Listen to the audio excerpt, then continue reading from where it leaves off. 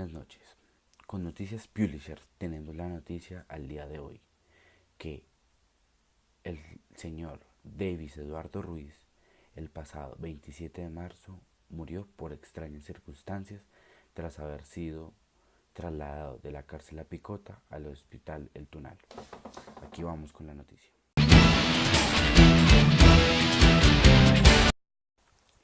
Buenas noches.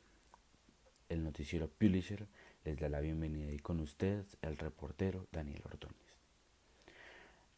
El pasado 27 de marzo, el señor Davis Eduardo Ruiz Torres falleció tras extrañas circunstancias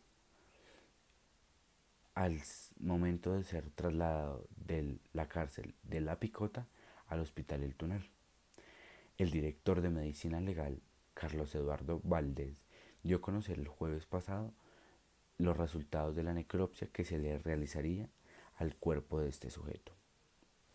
La Fiscalía afirma que varios de los reclusos que están internados en esta cárcel muestran varias quejas y varias denuncias a los cuales varios internos de los que trabajan allí se les pegan y se les ultrajan. Así asegura Ruiz Torres, el cual fue víctima de una golpiza a manos de guardianes del IMPEC. La Fiscalía viene haciendo una exhaustiva investigación del por qué estos acontecimientos vienen haciendo tanta importancia, a razón de que el instituto en su informe se dio que el señor Davis Eduardo Ruiz estaba bajo los efectos de la cocaína, pero en la autopsia que se le realizó el pasado jueves dio a conocer los resultados y se le demostraron que tenía varias golpizas y estos a manos de los reclusos que se encontraban en la cárcel anuncian haber visto varias golpizas ante estas personas.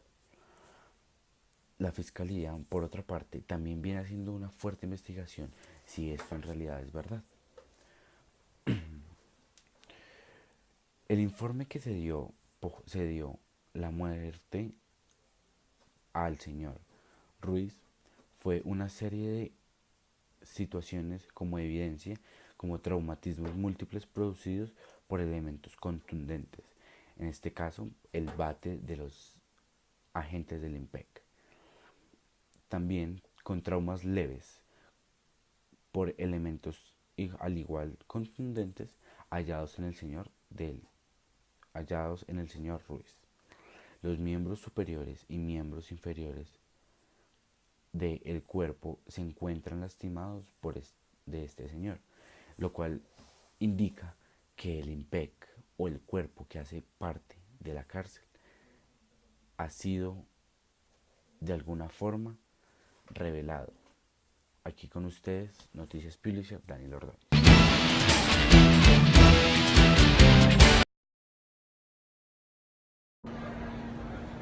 Necesito un Wheels que salga a las 12 hasta el portal. Hola, tengo cupo a las 12. Voy hasta el portal.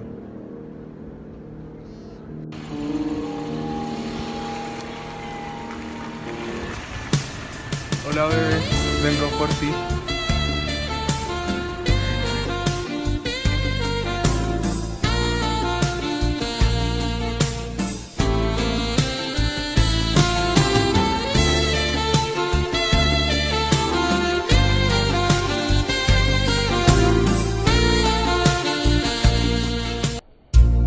Wills Unisabana, el placer de conocer.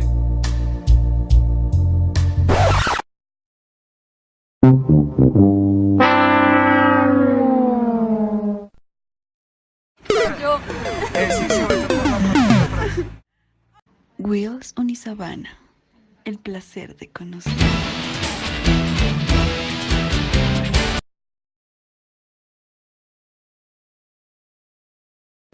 Buenos días, el día de hoy hablaremos de un tema el cual es de gran controversia en nuestro país, Colombia, al encontrarse en una época de elecciones, donde se busca encontrar a nuestro próximo gobernante o nuestro presidente que nos regirá durante los próximos 4 años.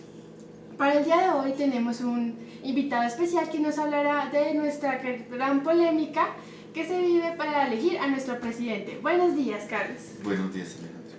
El día de hoy hablaremos de un tema del cual se es muy hablado en nuestro país y para esto voy a abordar una serie de preguntas. Cabe recordar que los candidatos a las elecciones este año son Gustavo Petro, Iván Duque, Humberto de la Calle, Germán Vargas Lleras y Sergio Fajardo. Estos serán nuestros candidatos a la presidencia. Entonces me gustaría iniciar con las preguntas. Primera pregunta, ¿qué factores considera usted que debe tener en cuenta un colombiano a la hora de votar? Pues si decimos que un colombiano deberíamos decir es dividir a la comunidad en sí, los jóvenes, los viejos, la comunidad adulta. Últimamente se ha visto gran interés de los jóvenes, me gustaría hablar más de los jóvenes, del interés que le están poniendo a las elecciones. Se ha visto más sería compromiso. Definitivamente toca dejar de lado las encuestas, guiarse por las encuestas, sino los jóvenes se están interesando más en leer, en conocer las propuestas de cada candidato. Lo primordial es conocer el pasado, el presente y el futuro de los candidatos. Es conocerlos como personas y así sacar una deducción de cómo podrían ser nuestros gobernantes durante 4 años.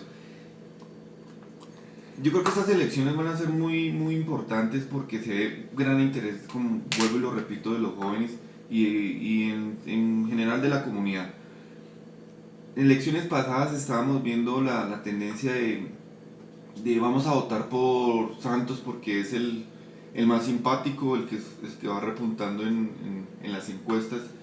Y los resultados se ven, los resultados son evidentes, que no nos podemos dejar guiar por las encuestas, que sí son un índice de seguimiento y de oportunidad para conocer a los candidatos que más renombre cogen durante este periodo de elecciones, pero definitivamente tenemos que conocer su programa de gobierno, quiénes son, quiénes fueron, qué estudios tienen, qué preparación tienen para gobernar un país, el manejo de presupuesto, porque en definitiva no es sencillo manejar un país. Entonces creo que es de vital importancia conocer sobre el tema y las necesidades que tenemos los colombianos y abordarlos a ellos de qué van a hacer sobre cada tema que nos intriga a cada uno. Ya que usted menciona a los jóvenes y las encuestas que se deben tener en cuenta como un factor para elegir, viene una segunda pregunta. Según las encuestas realizadas a los jóvenes en la Universidad del Norte, ¿por qué considera usted que Petro y Fajardo son los candidatos más elegidos? Lo que pasa es que si retomamos unos 30, 20 años atrás, podemos ver que a los colombianos nos han gobernado la derecha. Y hoy en día se ve la oportunidad de que exista alguien de izquierda, o de pronto como otros llaman ultra izquierda, que es Petro, que viene como con otra innovación de ideas y otras propuestas de gobiernos que definitivamente no le gustan a la derecha, que es la que ha gobernado el país y es la que a mi modo personal nos tiene mal. Y Sergio Fajardo pues definitivamente se identifica con los jóvenes, especialmente con la comunidad académica, con los universitarios, con los que están estudiando. Y más que eso, Fajardo se identifica con la gente más vulnerada. Suena feo decirlo, con escasos recursos, porque si conocemos sobre el tema, Fajardo hizo mucho por las comunidades vulnerables en las comunas de Medellín. Y claro, es el ejemplo de que Fajardo da conferencias a nivel mundial sobre el manejo de presupuesto estatal, sobre todo lo que hizo él para sacar del atolladero que tenían las comunas de Medellín. Él pudo en su gobierno dedicarse a manejar el recurso para las clases altas de Medellín, pero vemos que él definitivamente no hizo eso, sino se dedicó, fue a sacar adelante a las clases vulneradas, a las comunas, a los que en esa época se llamaban los gatilleros, todo eso, y los enfocó a la educación, a que había algo más que hacer que no traficar, matar, toda esa vaina. Entonces él se dedicó fue a darles la oportunidad, a abrirles otro camino, a decirles, existe la educación, existe la investigación, existen centros de investigación donde ustedes pueden ir y investigar y enfocarse en lo que ustedes deseen, en danzas, arte, lo que sea, varios temas, pero los enfocó en que pueden hacer más cosas que no simplemente microtráfico y ser gatilleros. Entonces creo que eso la gente lo sabe hoy en día, y Menem Fajardo, una persona que los va a respaldar para cumplir muchos de sus sueños, y Petro pues definitivamente pues va a atacar a los grandes capitalistas de este país, y pues la gente está mamada de que los roben. Eso es como el principal motivo. Ok, ya para finalizar me gustaría hacer una última pregunta. ¿Cómo usted piensa o qué invitación haría a los colombianos para que tengan en cuenta en el momento de votar, ya que las elecciones se acercan? Conciencia, yo creo que tenemos que tener conciencia de lo que vamos a hacer. Vamos a elegir a una persona para que nos gobierne durante 4 años, ¿no? Por último, ya para finalizar, nos gustaría hacerle una última pregunta, Carlos. ¿Qué consejos daría a los colombianos que tuviesen presente para el momento de votar, ya que en muy pocos meses se acerca la hora de votar? Pues primero que todo, conciencia de lo que vamos a hacer. Vamos a elegir una persona que nos va a gobernar durante los próximos 4 años. Que no nos dé pereza salir a votar. Votemos por el que sea, pero votemos en blanco, por Lleras, por Fajardo, por Duque, por el que sea, por Petro. Pero que votemos, que no nos dé pereza, porque más adelante nos vamos a arrepentir y decir, pero ¿por qué nos está gobernando este si hubiera quedado el otro? No dejemos que otras personas elijan por nosotros. Tengamos nuestra conciencia libre y limpia de haber ejercido nuestro derecho constitucional de ejercer el voto. Y no decidir con conciencia, no nos guiemos por las encuestas. Escuchemos los debates que hace poco uno de un debate con solo gente universitaria que yo creo que ha sido como el mejor. Debates como esos veamos y nos vamos guiando por quién votar, pero ejerzamos el derecho que tenemos de votar. No dejemos que otros elijan por nosotros. Muchísimas gracias, eso fue todo por hoy. Ya les vemos en la siguiente emisión.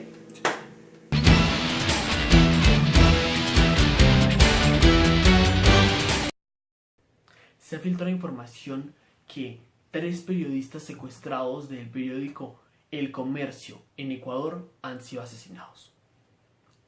El pasado 26 de marzo, 3 periodistas, Paul Rivas, Javier Ortega y Efraín Segarra, fueron secuestrados en la parroquia de Motaje, cantón San Lorenzo, provincia de Esmeralda, en Ecuador, por un grupo de disidentes de las FARC llamado Frente Santisierra, liderado por alias Guacho. El 12 de abril a mediodía se filtró la última información de imágenes de estos 3 periodistas supuestamente asesinados. Todavía no se ha confirmado la noticia, pero lo más probable es que estos periodistas estén muertos, causando una gran pérdida y un gran problema entre relaciones entre los países fronterizos Colombia y Ecuador, y una gran pérdida para sus familias. Aún no se hacen públicas estas imágenes por respecto a las familias de los... Aún no se hacen públicas estas imágenes por respeto a las familias de los periodistas. Cabe recalcar que estos 3 periodistas, Paul Rivas, de 45 años, Javier Ortega, de 32 años, y Efraín Segarra, de 60 años, hacían parte de un equipo de investigación que trataba de dar a conocer cómo vivían estas personas en esta localidad cuando fueron secuestrados por el cuando fueron secuestrados por el grupo disidente de las FARC de Frente Oliver Santillana. Las últimas noticias que se tuvieron eran estos 3 periodistas en cadenas diciendo que lo único que querían este grupo disidente era que recuperaran a 3 otros compañeros, realizando así la posibilidad de un intercambio. El pueblo peruano se había solidarizado y estaba desde el 26 de marzo utilizando el hashtag Nos faltan 3 para esperar con ansias el regreso de estos 3 periodistas.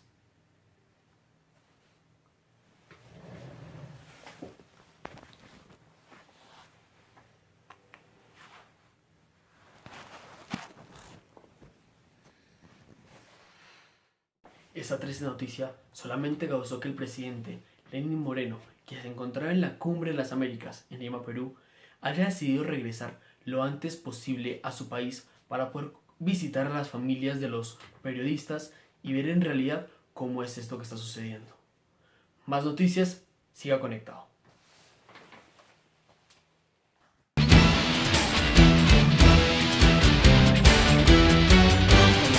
El día de hoy nos encontramos con Philip y con Pablo, que es un gran deportista del deporte remo, y entonces pues tenemos unas preguntas para hacerle, ya que hemos sabido que él ha participado en varios torneos súper importantes de este deporte, entonces pues empecemos.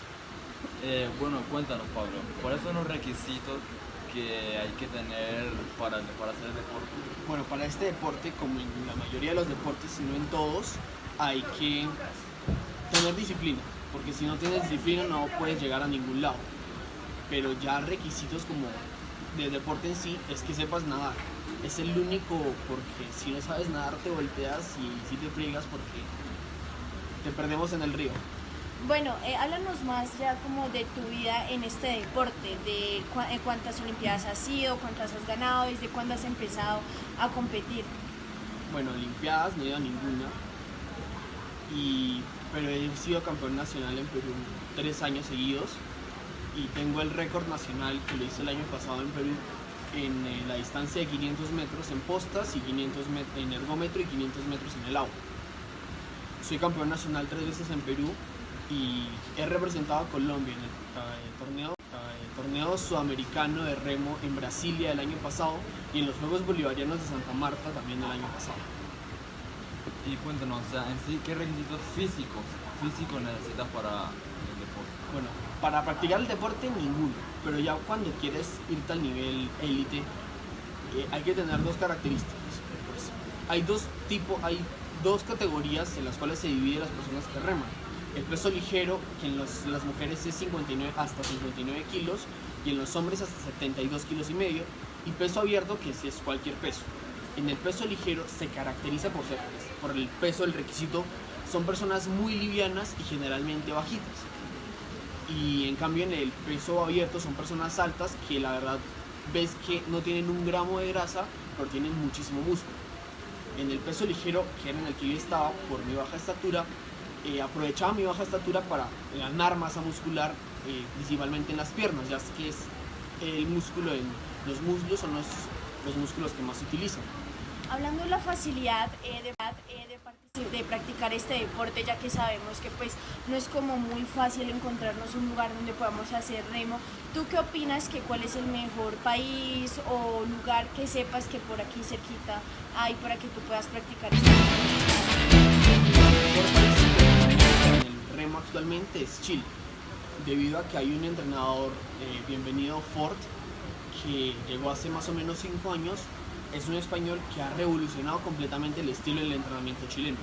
Ha sacado el año pasado a 2 hermanas campeonas mundiales sub-23 y han tenido un gran fogaje de nuevos remeros, ya que o sea, si es un deporte en el que el Estado te está pagando y tú puedes rendir bien porque el entrenador te hace muy buenos planes, es un deporte que está floreciendo mucho allá, incluso en Argentina y Brasil, que son países que llevan historia con este deporte, con clubes de hasta 250 años de creación. Y cuéntanos, en sí, cuál fue el país o cuál fue el lugar donde más tuviste competencia? El país en el que más tuve competencia fue en Perú, donde viví mucho tiempo, donde conocí el deporte y donde entrenaba. Tuve competencias locales en mi ciudad y torneos en la capital, en Lima, de diferentes modalidades de remo. A pesar de que les comenté que solamente existía peso ligero y peso abierto, en el remo existe el remo largo y remo corto. El remo corto es en el cual la persona está con un remo en cada mano y el remo largo es en el que está solamente con un remo y se va solamente para un lado. Y también existe el remo coastal, que es un remo en el mar, ya que en el Perú y en Lima principalmente se practica mucho este remo porque está rodeado de mar y es donde más fácil se practica ya por las olas. Bueno, Pablo, ya para terminar esta entrevista, me gustaría que le dejes pues un mensaje a los chicos del por qué deberían practicar este deporte. Bueno, es un deporte porque es un deporte supremamente completo. Seguramente cuando les dije tener piernas se sorprendieron porque piensan remo y asocian solamente con brazos, pero no es así, es principalmente por piernas y o sea, no solamente piernas sino que también los brazos, pero la fuerza principal es en las piernas. Entonces los invito a practicar este deporte en Tominé porque es un deporte supremamente completo que tiene potencia, resistencia y además todas las partes del cuerpo. Bueno, muchas gracias por tu tiempo. De nada.